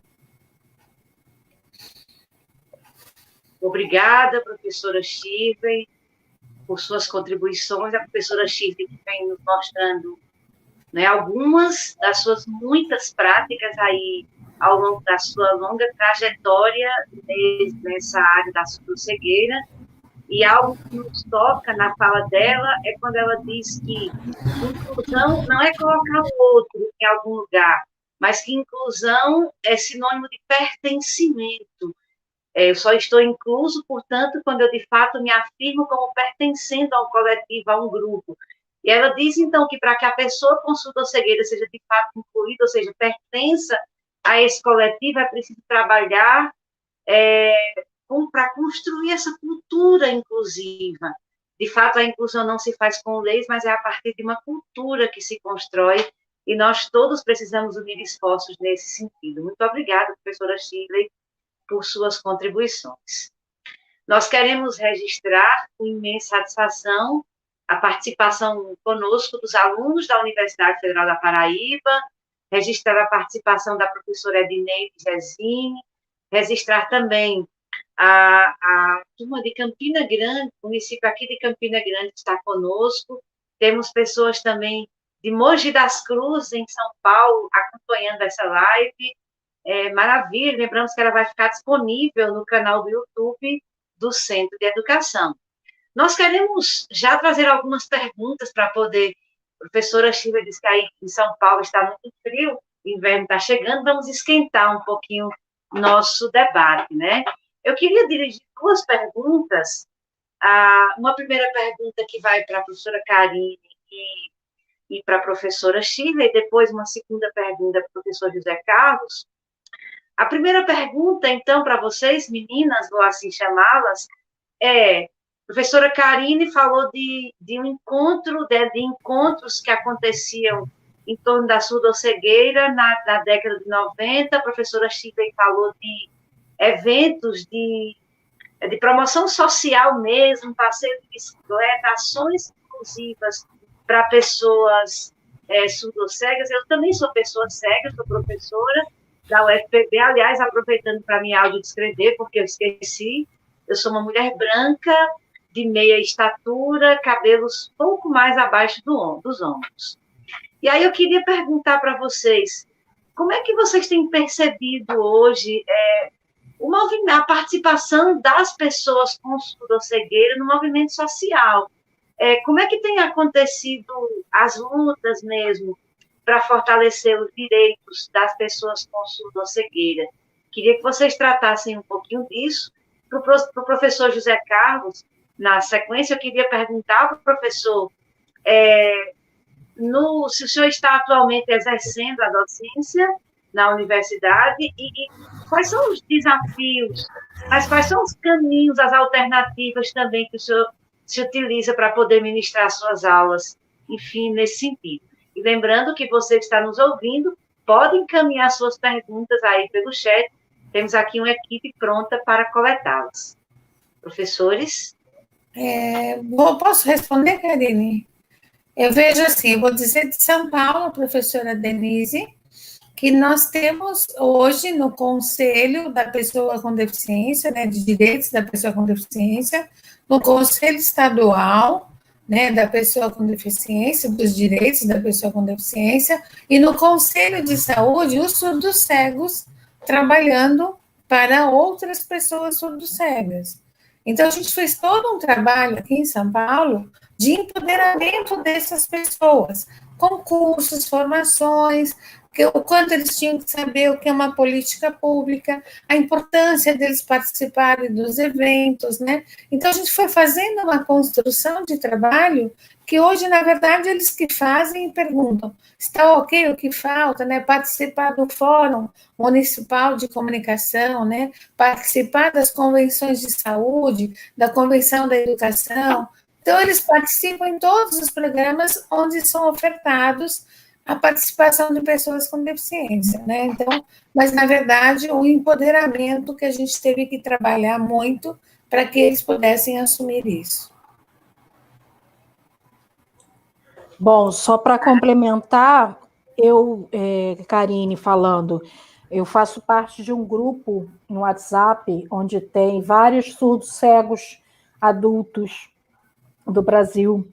E lá tem Lara Gontijo, que o sinal dela é esse que eu estou fazendo, a mão em forma de um caranguejo, como se fosse um caranguejo no ombro, e existem outras pessoas surdo-cegas, e que lá eles contam, toda terça-feira tem um encontro nesse grupo de WhatsApp, e eles relatam das dificuldades que têm de acesso nesse período pandêmico. Realmente está muito complicado, porque são sujeitos únicos, então cada um relata a sua dificuldade de assistir uma live, de ter acesso à informação, acesso à aula remota.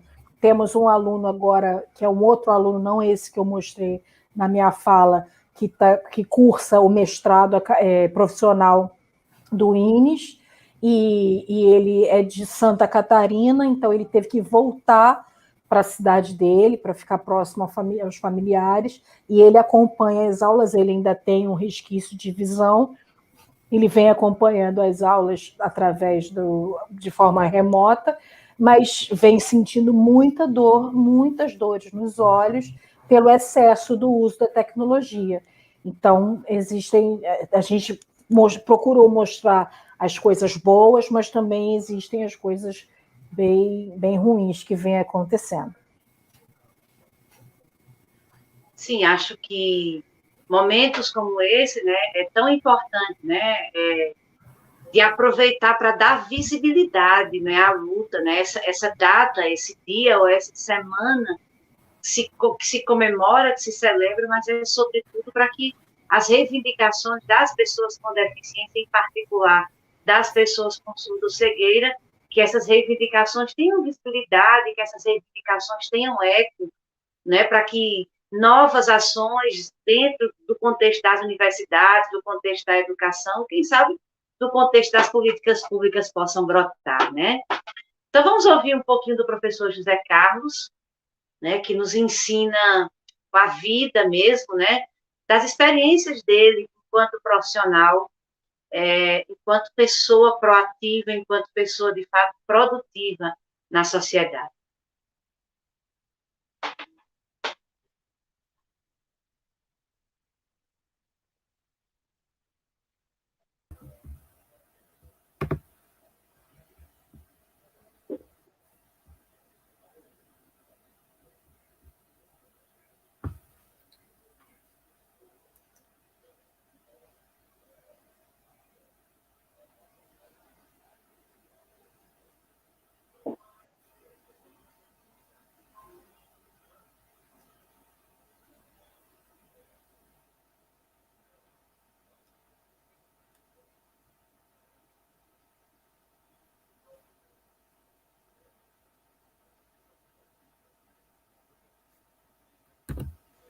Sobre a minha experiência, eu sou surdo-cego.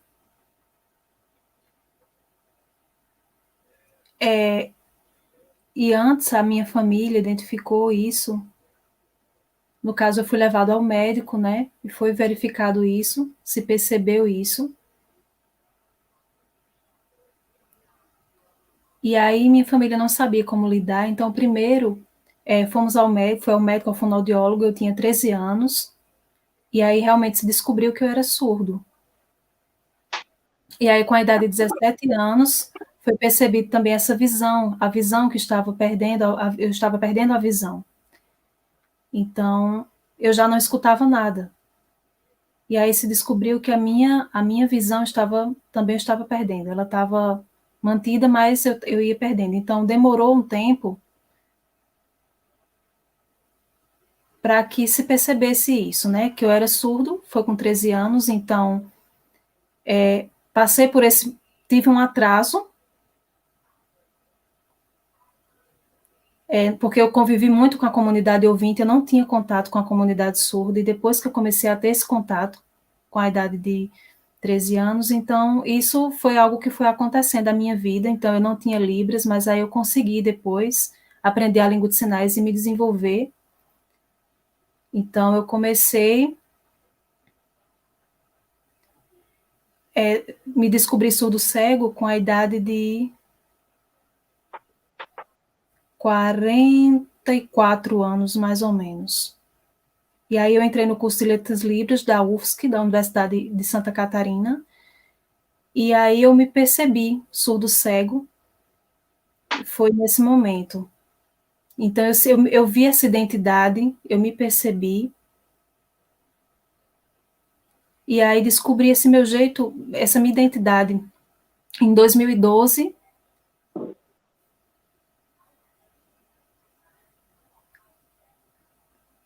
eu participei de um congresso em São Paulo, e aí eu fui vendo, fui percebendo essas questões, me percebendo surdo-cego, e vendo também essas questões, né?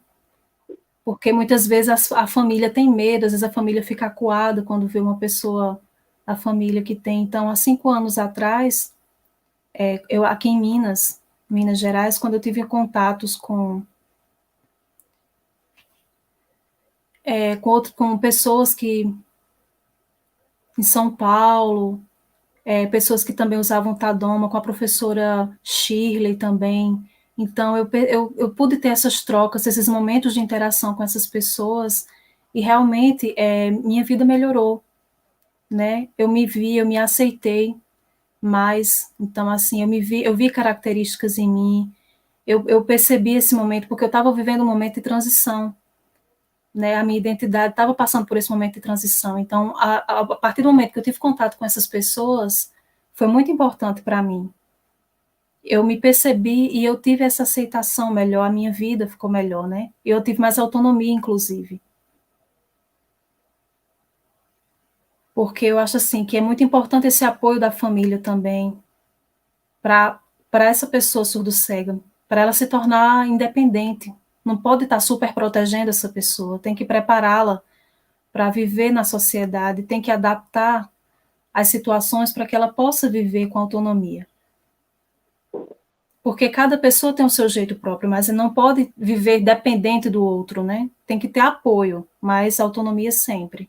Tem que ver essas estratégias de comunicação, também a casa, né, os ambientes, a sociedade de uma forma geral. É muito importante isso, haver essas trocas para ajudar essa pessoa realmente. É isso, professora. Obrigada, professor José Carlos.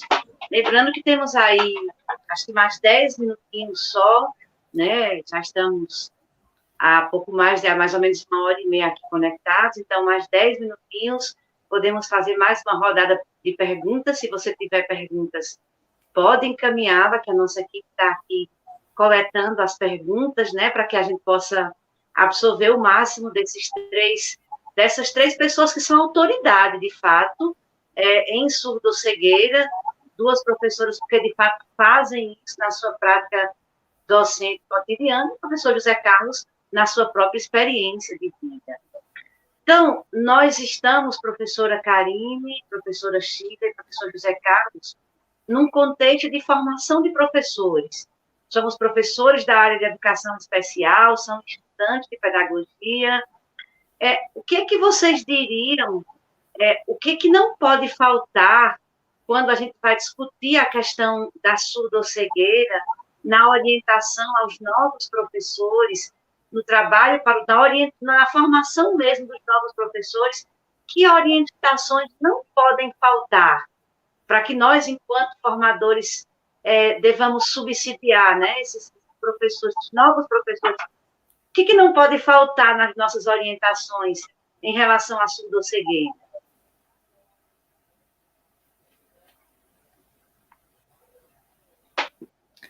Posso complementar, professora? O professor José Carlos está perguntando. Com certeza, professor.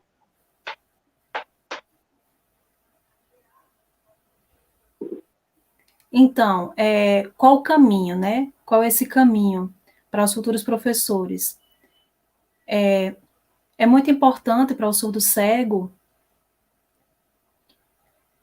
nós precisamos ver que é algo novo, né? Mas é algo novo porque a maioria das pessoas, no caso, escondem. É como se o surdo-cego estivesse escondido na sociedade. Então, é importante que isso seja visto.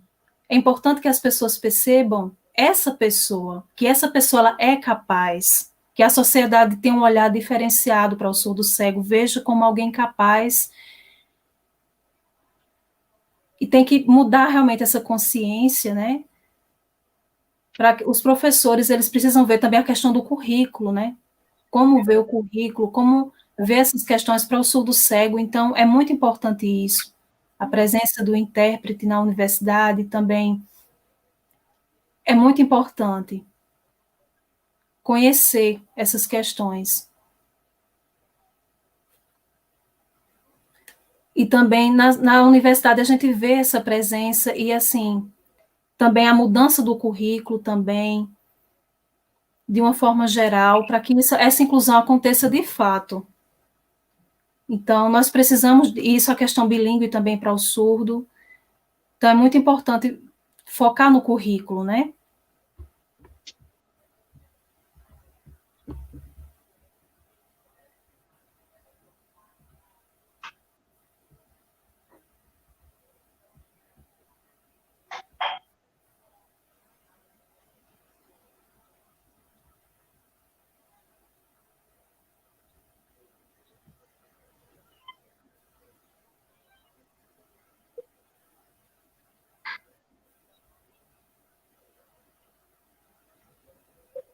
Acho que caiu mesmo.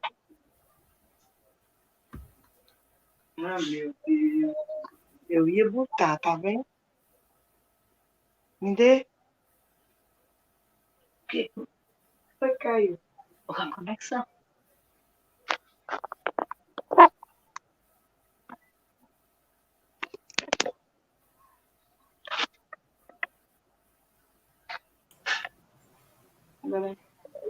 Eu vou dar continuidade aqui, gente. Boa noite. Como vocês estão vendo aí, meu nome é Dina Mello, eu integro o corpo de transcritores Braille do Núcleo de Educação Especial. A professora Denise Queiroz achava que tinha caído, mas ela não caiu, ela continua no ar, mas passou a bola para mim, meio que indiretamente, para que eu possa encerrar esse evento dos desafios e possibilidades da pessoa surdo-cega, e eu vou encerrar com uma pergunta direcionada a um dos nossos convidados, que é justamente da Rayana Miranda. A Rayana perguntou essa inclusão da pessoa surdo-cega dentro do contexto escolar, como é que ela pode ser feita? A gente viu pela exposição tanto da Tainá Tela, como integrar o aluno surdo-cego, a gente viu pela exposição tanto da professora Shirley,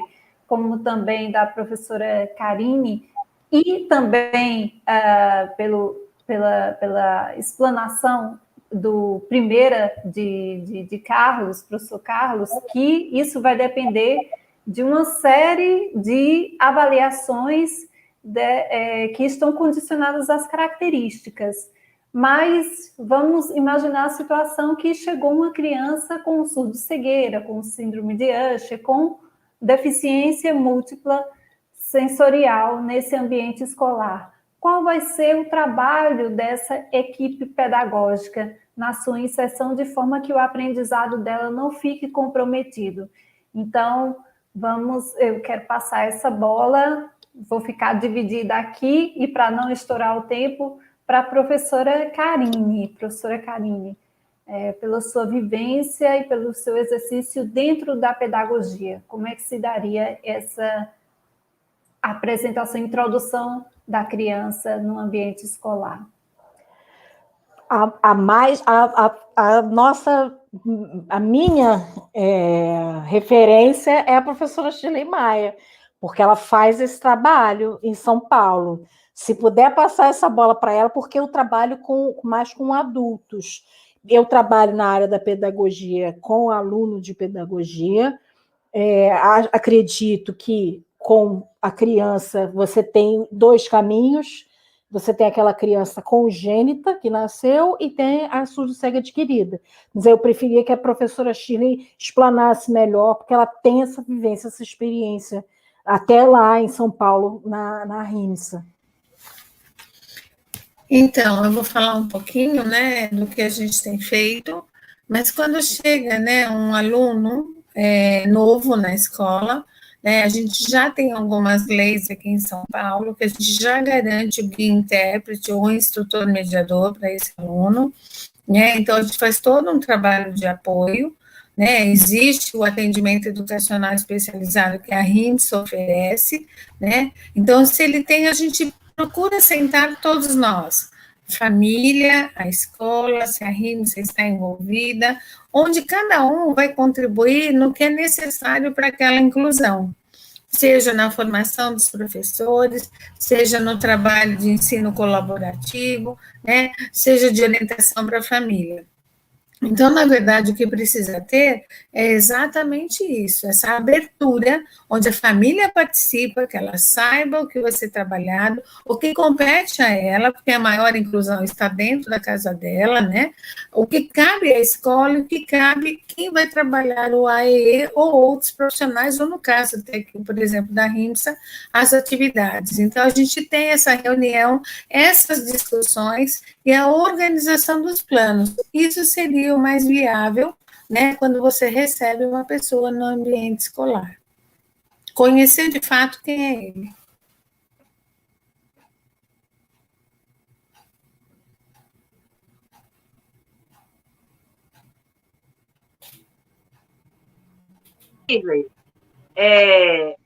Então, nessa perspectiva, a nós que trabalhamos como formadores, né, aquilo que a gente perguntava, o que não pode faltar num currículo de formação de professores voltado para a área da surdo-cegueira?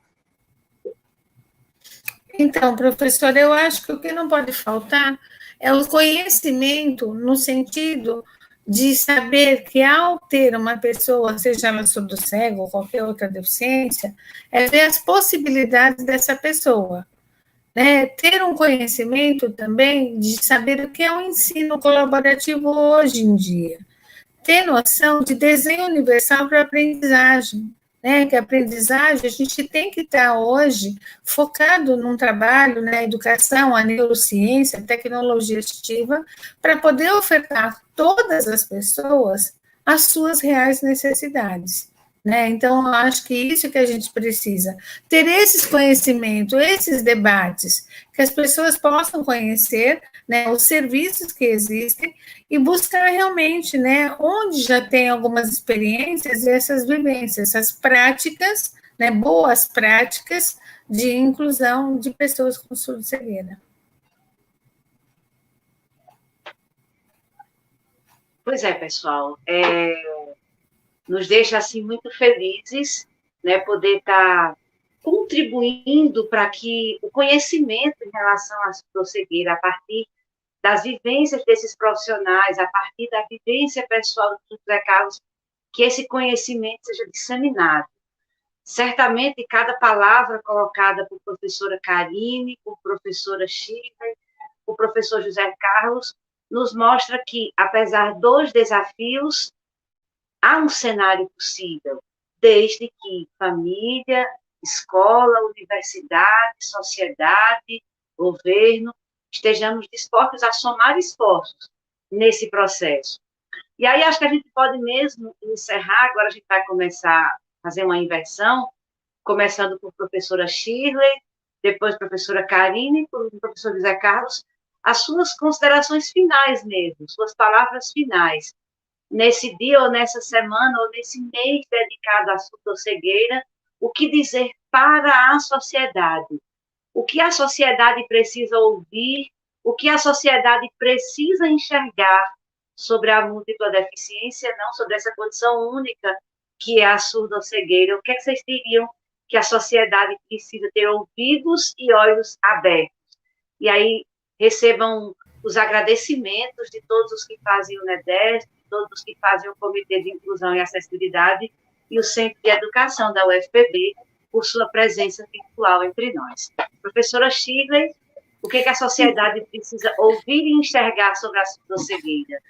Eu acho que a gente precisa ouvir e enxergar o que dizia Helen Keller, né? Já que em homenagem a ela tem frases lindíssimas, né? E hoje foi usada uma frase que eu acho maravilhosa, porque, na verdade, a gente tem que aprender, né, a enxergar e ouvir, né, não só com os olhos e os ouvidos, mas o sentir o que o outro está fazendo. E a frase que foi dita hoje foi muito interessante, né? Porque, assim, a ciência poderá ter encontrado a cura para maiores dos males, mas não achou ainda o remédio para o pior de todos, a apatia dos seres humanos.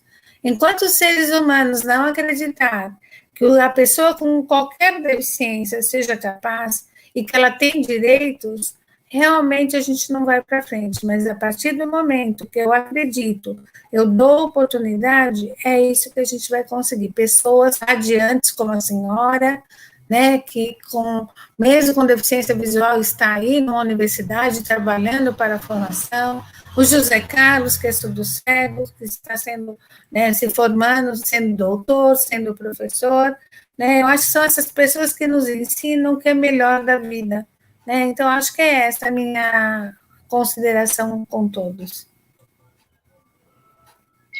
Obrigada, professora Shirley, até próximos eventos, virtuais ou presenciais. Certo. Professora Karine, o que a sociedade precisa ouvir e enxergar em relação a sociedade precisa ter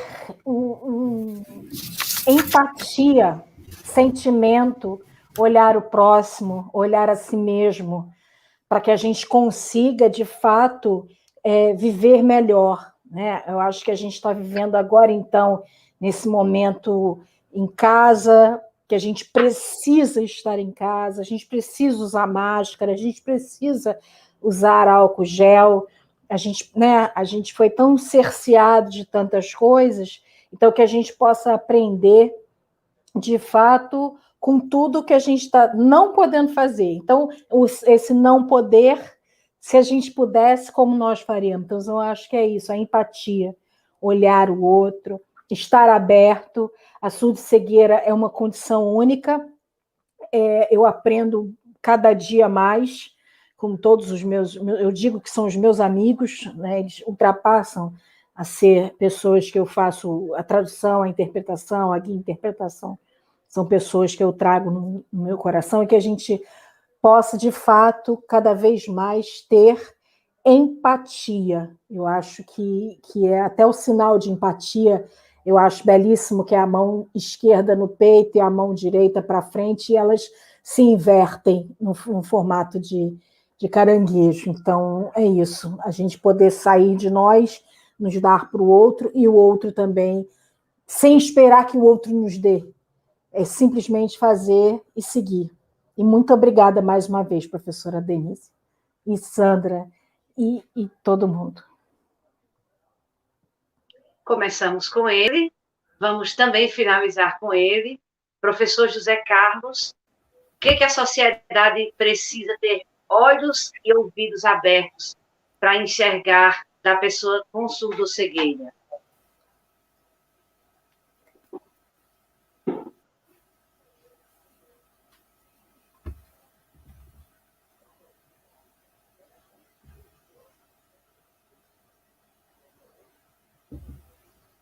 Ele pediu para repetir a pergunta, professora, por favor. Então, professor José Carlos, estamos nos momentos finais, nos agradecimentos, nas considerações finais de cada palestrante, e nós queremos agradecer imensamente a sua presença entre nós e a sua mensagem final para todos que estão nos acompanhando. O que a sociedade precisa compreender, o que a sociedade precisa ver e ouvir sobre a surdo-cegueira?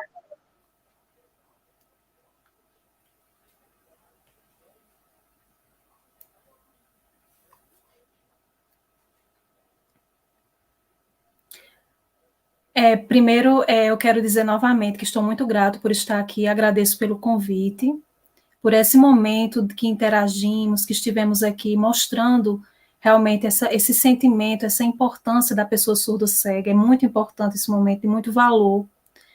E a sociedade, infelizmente, ainda não conhece, né? Então, é importante que nós tenhamos essa resistência, que nós mostremos essas pessoas surdo-cegas, e também a gente precisa mostrar que somos capazes. É muito importante mostrar isso, né? Essa questão também profissional, que essas pessoas são capazes, e tem que ter o apoio também, para que cada vez mais possa se desenvolver. Então, a sociedade, ela precisa compreender isso, e precisa estar unida às pessoas surdo-cegas, para que a vida realmente fique melhor, para que a cada momento fique melhor essa inclusão. Então, que aconteça isso. Né, que seja uma sociedade que esteja cada vez mais preparada, que exista essa comunicação, que as tecnologias possam nos ajudar também. É muito importante. E tem muita coisa que é cara, tem muita tecnologia que é cara também, que infelizmente nem todo mundo tem essa condição de ter. Cada pessoa tem uma condição social diferente. Então, muitas vezes tem essas questões também, mas é importante haver essa interação para que haja esse desenvolvimento, essa inserção verdadeira dessa pessoa surdo-cega, para que ela possa cada vez mais ter autonomia para viver nessa sociedade.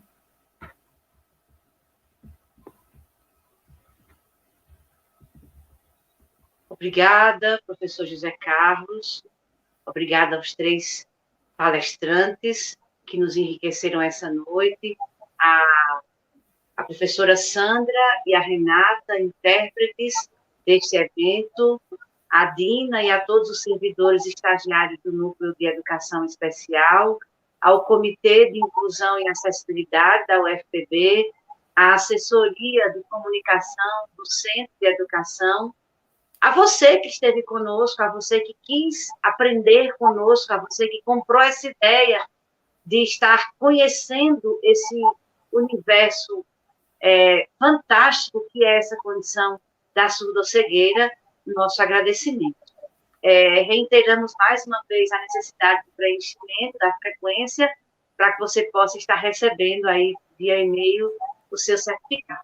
Assim, encerramos mais um evento, né? Estaremos brevemente, o NEDESP, o Comitê de Inclusão e Acessibilidade, trazendo outras pautas para discussão, para enriquecer esse nosso processo de formação aí contínua. Nossa saudação a todos, até os próximos eventos.